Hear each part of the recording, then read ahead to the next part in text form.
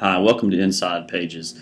I want to talk to you a little bit today about one of what I think is one of the more important missions of the Island Packet and the Beaufort Gazette. Of course, our primary function is to gather information that is of vital importance to our community or interesting to our community, and hopefully both important and interesting. But a very close second in terms of the pecking order of our great missions is to provide a community forum. And if you read this blog on a regular basis, you know a couple of weeks ago I posted just a list of all the ways that you can get news and information to us for publication.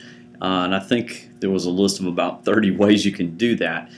But really, the heart, the thing that is most central to our mission of allowing community feedback and really encouraging community feedback is the editorial page.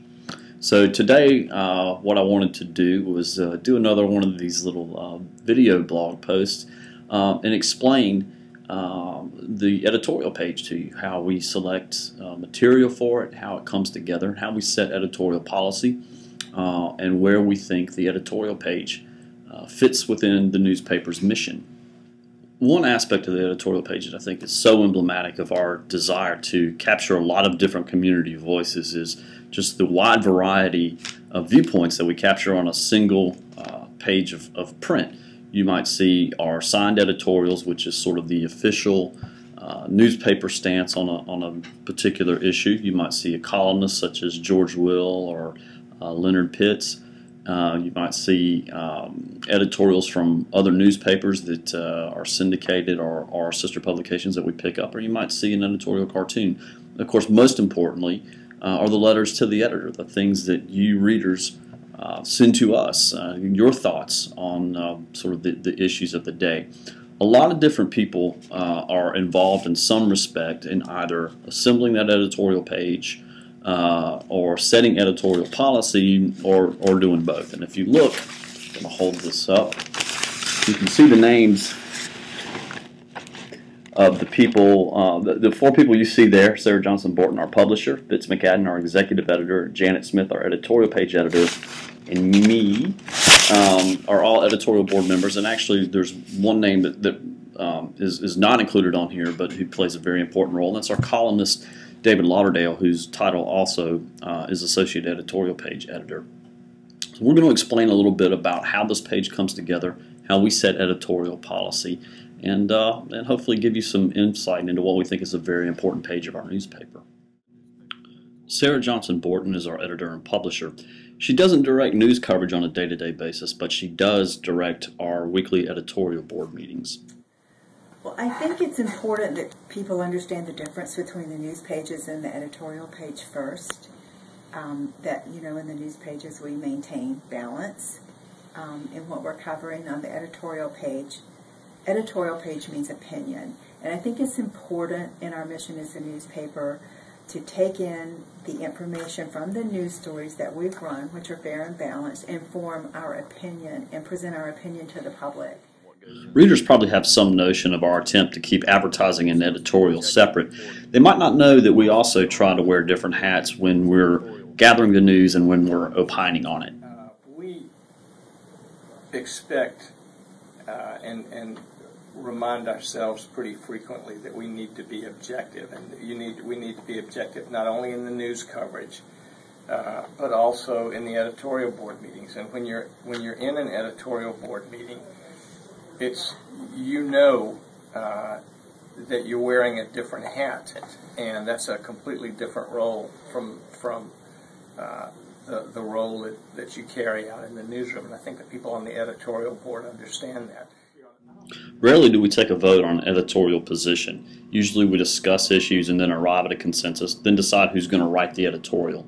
Those editorials employ a different voice than a news article or a column. Well, first of all, the editorial is a voice of a group of people. It's not personal. It's something we talk about as a group, as an editorial board. The editorial writer usually takes in a list of ideas for a board, and we discuss them, take notes on things that we could say or things we would not want to say, and that kind of thing. So it's a group effort to start with. And then you're using an institutional voice.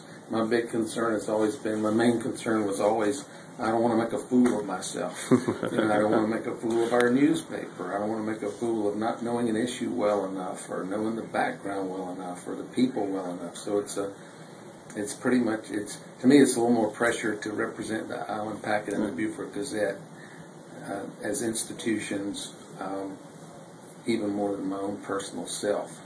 There's a real burden there, and so you try not to get angry, rant. It's not a rant. It's not a blog. It needs to be something that is measured and makes sense. You have to know what your points are. There's got to be a reason for having written it. You've got to outline and make sure the important thing to me has always been throwing out what points you don't want to make, or what avenues you don't want to go down on an issue. We like to think our editorial voice is an important voice in the community, but it certainly isn't the only voice represented on the editorial page.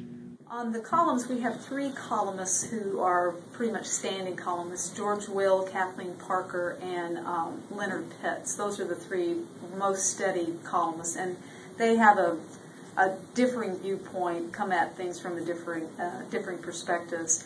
So we try to strike a balance in the type of columns we run. When we get outside those 3 regulars, I'm usually looking for topic and something that strikes with some insight. I look at what groups are producing them.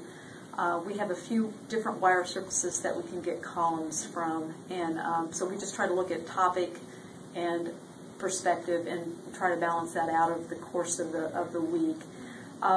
In terms of cartoons, again, I look at topics, and I look at conservative versus liberal. Actually, literally, the cartoon syndicate that we use will label them conservative, liberal, as if you can't tell. But so we get a fair number of letters, and we get almost all of them in. A letter would not get in if it's more than 250 words, and either I can't work it out to get it down to that length, or the letter writer refuses to get it down to that length. And there are very few, if any, letters that can't be gotten to that length and still keep.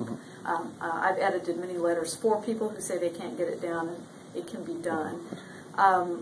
Letters that are, and we just had an incident of that today, where what we call astroturf, which is what we call fake grassroots letters that we can identify as not having been original by the person who's put their name at the bottom of it.